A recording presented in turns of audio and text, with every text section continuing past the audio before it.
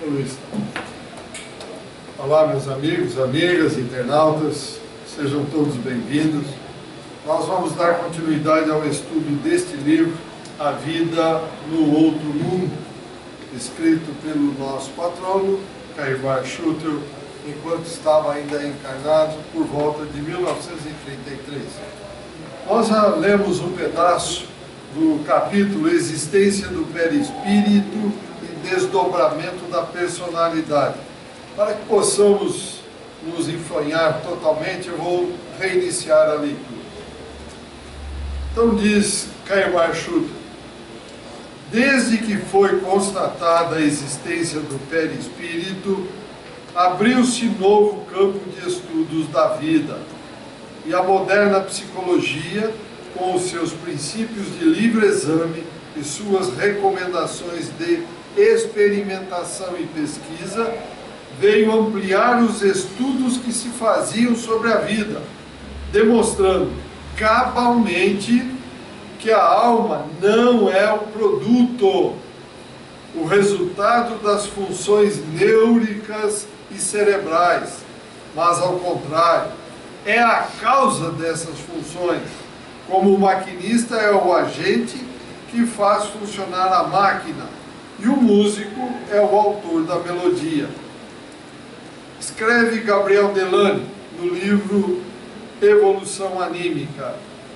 Ele diz textualmente o seguinte: na formação da criatura vivente, a vida não fornece como contingente senão a matéria do protoplasma, a matéria que nós temos aqui ao nosso derredor, a matéria amorfa, na qual é impossível distinguir o menor rudimento de organização. A matéria em si é morta, é parada, não tem nada, parada 100%. Ali nós não podemos ver o mais pequeno indício daquilo que será o ser vivente. A célula primitiva, continua Delany, é absolutamente a mesma em todos os animais vertebrados. Nada indica em si que ela dará nascimento a tal indivíduo, de preferência a tal outro, pois que a sua composição é a mesma para todos os animais, não tem diferença. E ele diz mais: convém, portanto, admitir aqui a intervenção de um novo fator, que determine em que condições será construído o edifício vital. É ao perispírito que é necessário recorrer-se, porque ele contém em si o desenho determinado, a lei onipotente que servirá de regra inflexível ao novo organismo, o que lhe designará, segundo o grau da sua evolução, o lugar que deverá ocupar na escala das formas. Vamos traduzir tudo isso aqui. Perispírito é o modelo que o espírito utiliza para amalgamar a matéria e formar o nosso corpo físico. No mundo das formas, o corpo físico animal, hominal,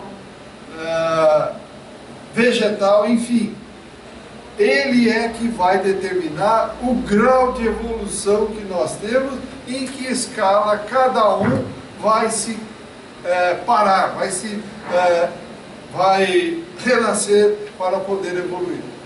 A nossa evolução é que diz, de acordo com o nosso perispírito, vamos ficar no reino hoje hominal, ou já estivemos no animal, já estivemos no vegetal como uma partícula espiritual, estivemos no mineral, hoje estamos aqui, amanhã poderemos estar no angelical, no arcangelical, e um dia não termos mais o perispírito. Opa, por que não? Porque estaremos como espíritos puros, e como espíritos puros, onde nós um dia formos, em qualquer das escalas evolutivas, nós poderemos ali assumir o perispírito para que seja visível onde estivermos. Marte, Lua, Terra, Júpiter, Sírios, Canopus, aonde for no universo. Mas por hora estamos no nominal. Então é daqui para baixo nós podemos, mas daqui para cima temos que trabalhar muito, muito. E continua a dizer agora Caibar-Chu: é preciso que fique bem esclarecida a existência do perispírito, para que possamos compreender com facilidade a imortalidade da alma. O perispírito não é uma criação nova destinada a resolver dificuldades. Ele representa o corpo da alma. O espírito, enquanto estamos desencarnados, ou alma quando estamos encarnados, o espírito, para se manifestar na matéria, precisa de um agente intermediário para se manifestar na matéria. E esse agente intermediário é o perispírito, que é a forma que vai dar esta forma que cada um de nós temos. Hoje, amanhã, depois, até um dia quando nós voltarmos ao Pai. Ele representa, repetindo, o corpo da alma, pois não se poderia conceber uma alma sem corpo. Esse organismo é conhecido dos antigos cristãos. Paulo denominou corpo espiritual. Tertuliano diz que a corporeidade da alma é afirmada nos evangelhos. De Ânima, capítulo 7, 8, 9. Santo Agostinho recebeu do bispo Evódio de Usali uma carta na qual este fazia referência a muitas aparições que havia visto, e para bem explicar a natureza desses fenômenos que ele atribuiu às almas de defunto. Pergunta então: quando a alma abandonou esse corpo grosseiro e terrestre, não permanece a substância incorpórea unida a algum outro corpo, não composto dos 4 elementos, como este, porém mais sutil, e que participa da natureza do ar ou do fluido cósmico universal? Acredito, diz Santo Agostinho, que a alma não poderia existir sem corpo algum. Obras de Santo Agostinho, capítulo 2. São João de Tessalônica fez a seguinte declaração no 2º Concílio de Nicéia, que ocorreu no ano de 787 da nossa era. Sobre as almas, a Igreja decide que são, na verdade, seres espirituais, mas não completamente privados do corpo.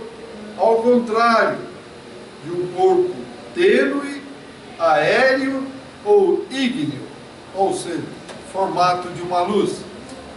Concílio de Nicéia 787 da nossa era. Mas não é só o testemunho desses doutores que podemos lembrar, diz Caibar-Chu, pois todos os psicólogos antigos e modernos têm feito referências ao corpo que envolve a alma, dando-lhe somente um nome diferente daquele que usamos, de acordo com o idioma onde eles falavam. Por exemplo, em hindu, Linga Sharira, em hebraico, Nefes, em egípcio, Ka ou Bai, em grego, Oshema. Pitágoras nomeava o Eidolon, ou carro sutil da alma. Cudworth, filósofo inglês, mediador plástico. Os ocultistas e teosofistas chamam-no corpo astral. Nós estamos falando do perispírito, repetindo, que é a forma que dá origem a este corpo, que é o elo de ligação da matéria com o mundo espiritual, e é o elo de ligação do mundo espiritual com o mundo material. Alguma pergunta, algum comentário até aqui? Gostaria que tivesse, por favor. Pois não, Agostinho. Enquanto você está sem erradicidade, Sim.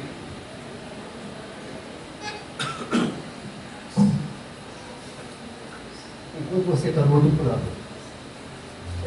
esse perispírito, ele recebe também as influências daquela matéria, né? É gravado nesse perispírito? Veja bem, enquanto você está lá, você tem os reflexos que você assimilou aqui. Mas você recebe, por exemplo, os pensamentos daqueles que aqui ficaram e que te dirigem. Algum pensamento ruim, você capta. Algum pensamento bom, você capta. Diretamente. Tchum. Recebe diretamente. Não tenha dúvida. Por quê? Porque o perispírito é composto pela quinta essência da matéria. É a matéria. Então, veja bem, se nós estamos na matéria, pensamento é matéria, por que não vai atingir a matéria? Com certeza, atinge a matéria. Tanto que, quando os nossos entes queridos se vão, o que recomendam? Que a gente faça a prece e dirija bons pensamentos a eles. Porque se ficarmos lá lamentando, chorando, eles estarão recebendo tudo isso e não poderão fazer nada. A tal ponto que eles serão isolados do mundo espiritual. Será colocado neles um tipo de um envoltório para que eles não recebam esses pensamentos nossos. Pois não, Isabel? Desculpa, pode falar. Só para complementar. Seu Bezerra de Menezes, eu li que ele já não tem mais perispírito, não tem necessidade. Quem? Bezerra de Menezes. Não, ele tem perispírito. Eu vi que ele já tinha. Não, ele tem. De perispírito. Para nós não termos mais esse perispírito, nós estaremos já na esfera de Deus, já passado por todas as experiências, desde o reino mineral até tudo que existia no universo. Eu não tenho conhecimento, mas não posso afirmar com segurança. A mim me parece que Bezerra é um espírito elevado, mas não neste ponto já de ter superado o perispírito. O que eu li sobre ele foi o seguinte: ele não quis mudar de plano. No nível mais elevado. Ele não quis. Ele não quis. Não. Então, nesse caso, ele havia perdido, então, no caso. Talvez eu tenha colocado. Ele já não tinha necessidade de ter esse ele poderia ter um outro perispírito menos denso do que o nosso, mas continuaria com o perispírito, num outro nível menos denso. Porque nós só vamos perder quando chegarmos em cima. Perder entre aspas, não precisaremos mais dele. Mas, como eu disse, se um dia nós viermos numa missão qualquer num lugar, eu vou ter que recompor o perispírito para que possam me enxergar. Certo? Isabel?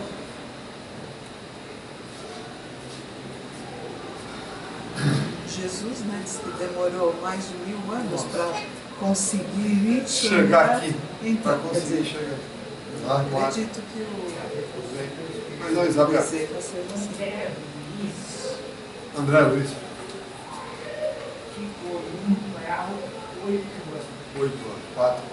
Para ele sair do umbral, para isso, ele foi levar uma pá de obras e ele foi removido para dentro do nosso lar. Nas regiões, nas câmaras de retificação. Na maca. Na maca. E lá dentro do nosso lar, ele andava, mas para se locomover de um lado para o outro, ele usava um aeróbus. Só depois que ele foi unido espiritualmente, ele pôde volitar. Exatamente, é isso mesmo. A volitação, nós temos que nos desprender sobremaneira das coisas materiais. Por quê? Como nós estamos falando em perispírito, o perispírito é composto pela quinta essência da matéria, que é a matéria. E essa matéria, no nível que nós estamos, é densa, é grosseira. para nós podermos volitar em espírito, nós temos que tornar esta matéria nossa cada vez mais rarefeita. Senão nós não vamos ter impulso suficiente para poder volitar, sair. Aí vamos andar como andamos normalmente aqui. Vamos dizer, o dia que nós desencarnarmos, no dia seguinte, quando acordarmos, opa, mudei. O que vai mudar? Mudou nada. Nós estamos em outra dimensão e tudo continua como está. A vida continua. Nós não vamos nem acreditar que nós estamos do outro lado. Mas para quem já estudou, já preparou, já está ali pensando, vai conseguir perceber as diferenças. Opa, cadê minha família? Opa, cadê meu lar? Engraçado, o chão parece que está mais leve. Que dia é hoje? Puxa, mas já faz tanto tempo que eu estou aqui, eu não tenho fome. Caramba, que coisa estranha. Temos que usar o desconfiômetro. Temos que nos preparar para voltar. Ninguém é daqui. Estamos de passagem. Estamos aqui passando por algumas experiências novas para nos elevar. Para chegar lá, a vida real é a vida espiritual. Aqui nós estamos de passagem para poder evoluir. Está lá no Livro dos Espíritos, está muito claro. A vida real é a vida espiritual. Estamos nos preparando para voltar? Ou chega do lado de não queria morrer, não sei o quê. Já morremos N vezes, entre aspas. Vamos ficar lá desesperados, chorando, por quê? Temos que nos preparar. Ninguém veio para ficar aqui, ninguém é daqui, ninguém é terráqueo. Estamos numa condição de terráqueos momentaneamente. Comentários, perguntas? Pois não. É bom que se fala sobre Bezerra, né? No comentário. Depois que na última existência, que foi aqui no Brasil, ele faz um pedido a Maria. Engraçado que Maria tem um comando, exerce acho que um comando sobre esses espíritos, tem segundo o que eu li. E ele faz um pedido para ficar aqui na Terra. Para não subir. Pela ligação muito forte que ele tem com essa terra. Se acertou na música, ele é um espírito evoluído. E muito. Ele é evoluído, mas acho que não é angelical. Mas continua com o perispírito. Continua. Para mim, continua. Para mim também. Mas se ele não foi, ele é só sabendo que podia subir, né? Vamos dizer, do mundo, né? Superior, para um outro mundo. Mas continuaria com o perispírito menos os outros, né? Não precisa nem falar. Pegou o Chico Xavier, o Emmanuel, o Gandhi, sei lá, tantos espíritos que querem ajudar o progresso do nosso planeta. Então, com Cristo imuável. É verdade, está certo. A gente não tem nem noção, né, do que é esse sentimento essa alegria de poder ajudar o outro, né? Não está pensando na própria, né? Do jeito que nós somos grosseiros, materialistas extremados, preocupados com o meu, que eu, gente? Imagine se Deus ficasse como nós, preocupados com o eu. Não existiria mais nada. Mas Deus não é isso. Deus somos nós todos. Nós temos que parar de pensar no ter e passarmos a ser realmente para aquilo que nós fomos criados. O que? Entidades que estão juntas para conhecer o universo, conhecer o que é essa grandiosidade, desenvolver o amor verdadeiro, que é paz, amor, harmonia, equilíbrio que tem no universo, e nos amarmos, gente. Sem amor nós não vamos para lado nenhum. Vocês querem amor maior do que nós vemos no dia a dia na Terra? Ver uma flor linda, uma chuva, um vento, um som, um passarinho cantando, um animal correndo no campo. Gente, nós não observamos isso. Nós abaixamos a cabeça como um bicho bravo, enfurecido, e ficamos aqui. Chega a hora de ir embora, e daí? E daí? Quem que leva? Automóvel, isso, aquilo, outro. Ninguém leva nada.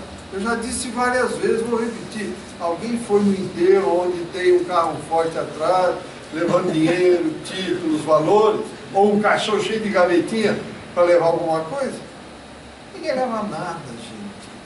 Nós só vamos levar aquilo que moralmente nós construímos, aquilo que nós edificarmos. Isso vai contar na nossa vida. Isabel, queria falar alguma coisa?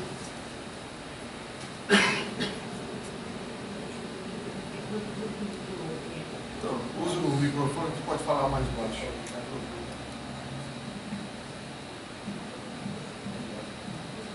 Jesus deixou Maria Madalena abraçá-lo no jardim de Getsemane, porque Jesus, atravessando a parede para entrar no cenáculo, estava no corpo espiritual.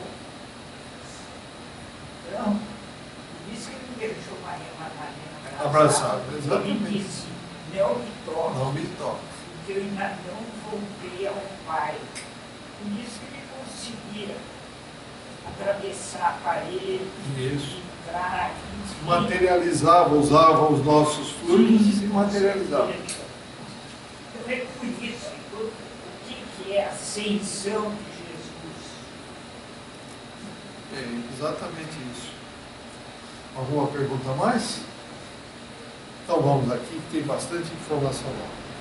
Então, com a constatação do perispírito, a ciência deu um grande passo, pois agora se explica de forma magnífica o mistério da forma específica de cada um de nós, o desenvolvimento do embrião e pós-embrionário, a constituição e a manutenção da personalidade, as reparações orgânicas e todos os outros problemas gerais da biologia, que a ideia diretriz de Claude Bernard, espécie de entidade metapsíquico-biológica, tornava incompreensíveis e confusos.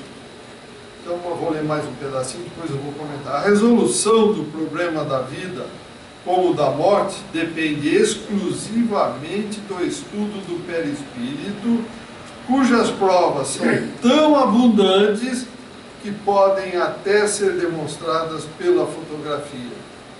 Os leitores talvez conheçam os trabalhos do comandante Darger, do Dr.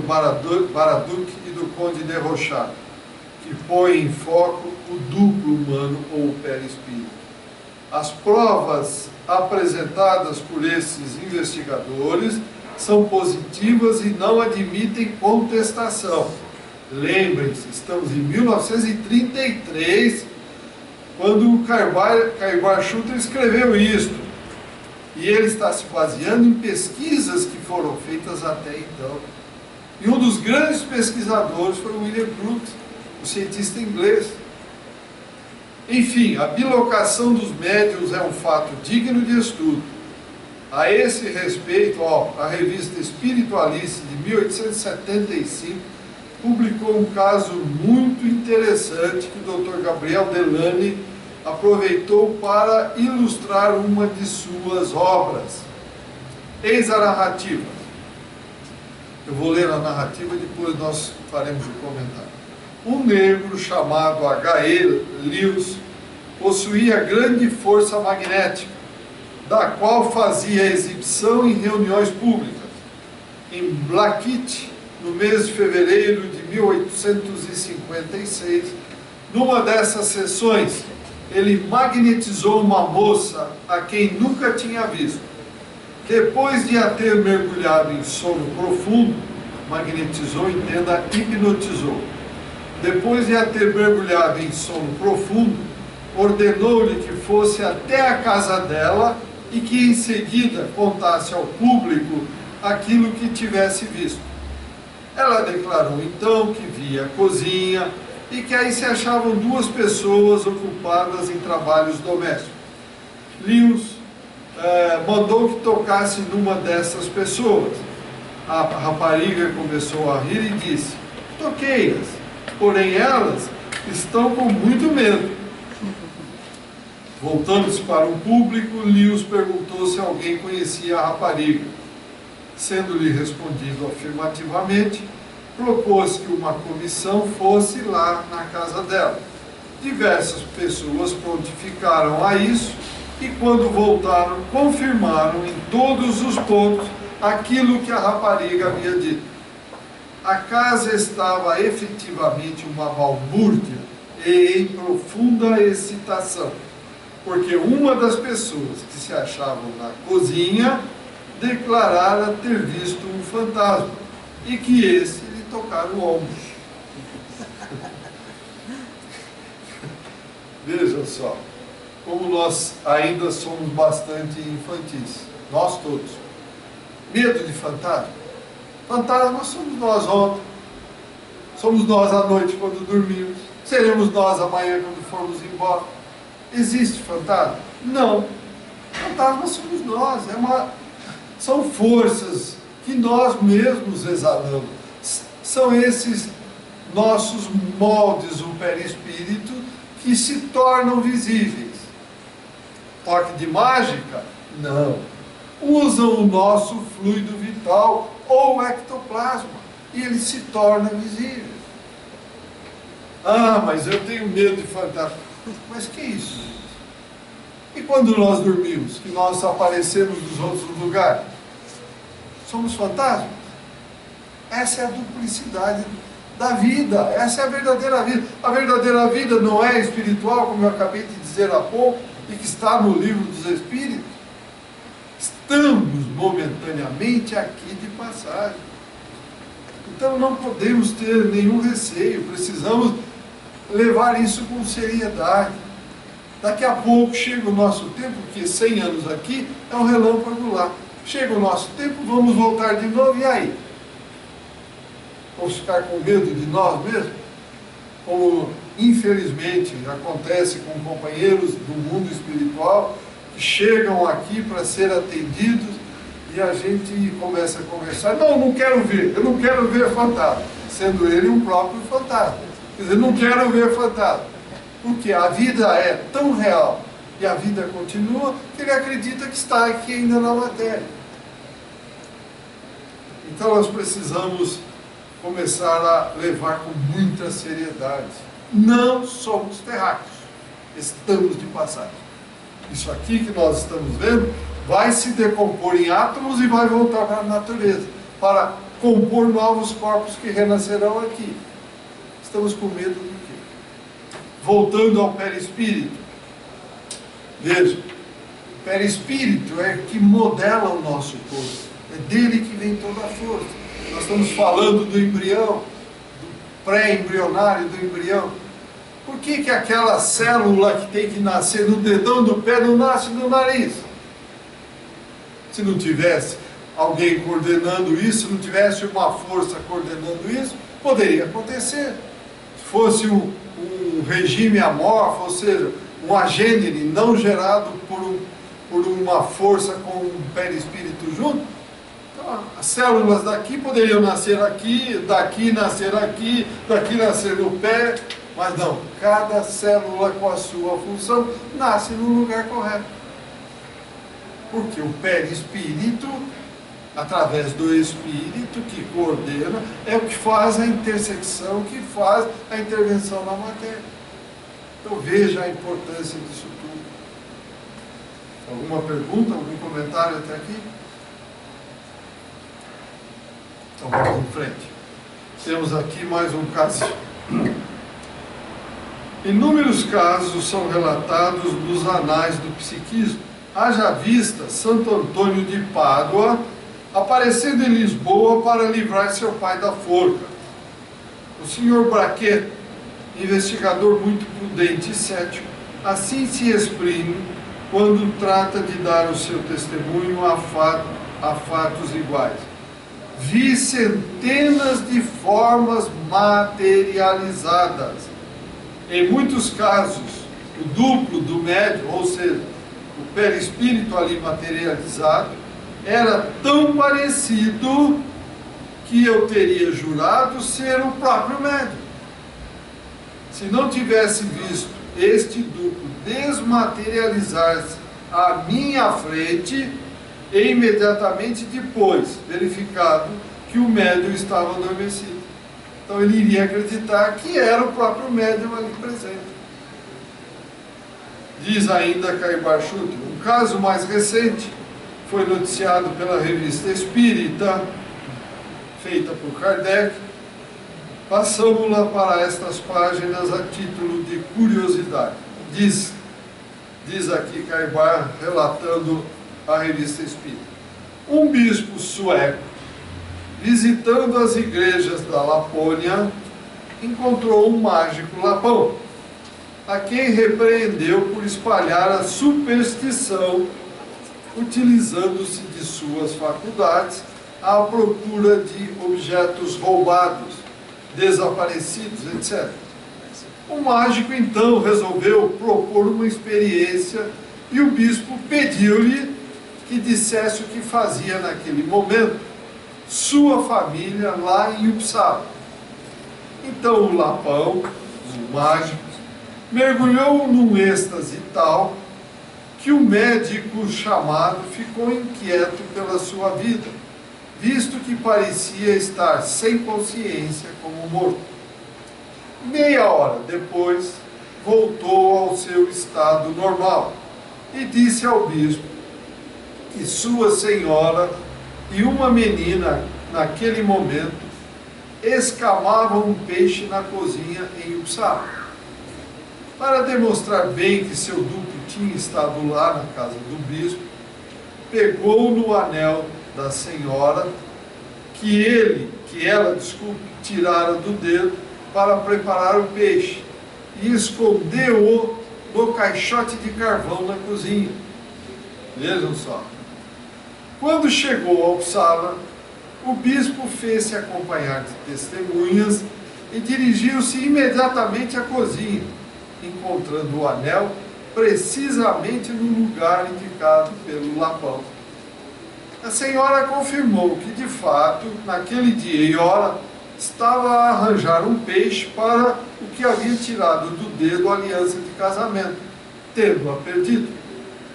Ela e a criada tinham visto um lapão, coisa rara em Uppsala, de pé na cozinha, sem que o tivessem sentido entrar, o qual desaparecera misteriosamente.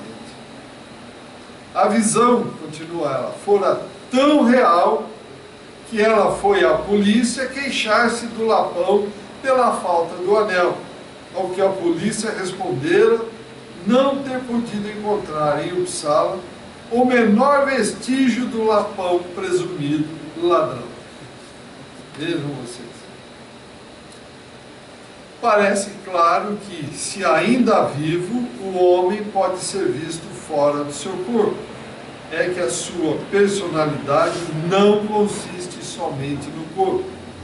Melhor testemunho da existência da alma, revestida de seu corpo psíquico ou perispírito, não pode existir, além de que, como já vimos, a fotografia constata a veracidade desse princípio, ou do perispírito. Então vejam, amigos, amigas, é real. Nós não estamos aqui falando de utopias, nós não estamos falando aqui de mágica, nós não estamos falando aqui de fumaça, nós estamos falando de coisas reais. Por isso Cristo foi muito claro e taxativo. Quem tem olhos para ver, que veja; quem tem ouvidos para ouvir, que ouça. Nós não podemos ficar esperando que todos esses ensinamentos entrem em nossa cabeça assim, caindo de paraquedas. Nós precisamos sim buscar, ler, estudar, para que possamos entender. O Espiritismo é claro: espíritas, amai-vos e instruí-vos. Sem instrução não há elevação. Sem instrução, sem estudo, nós não vamos conhecer as camadas que existem entre o nosso corpo físico e o nosso espírito no mundo espiritual. Precisamos estudar. Alguma pergunta, algum comentário, alguma contribuição? Nada? Está tudo bem? Está tudo entendido? Então guardemos. O nosso perispírito é o molde que modela a matéria, que dá o nosso corpo. Tá bom? Agradeço a todos, internautas, saúde e paz, e até o próximo encontro, quando vamos falar ainda sobre o perispírito e suas propriedades funcionais. Obrigado. Até logo.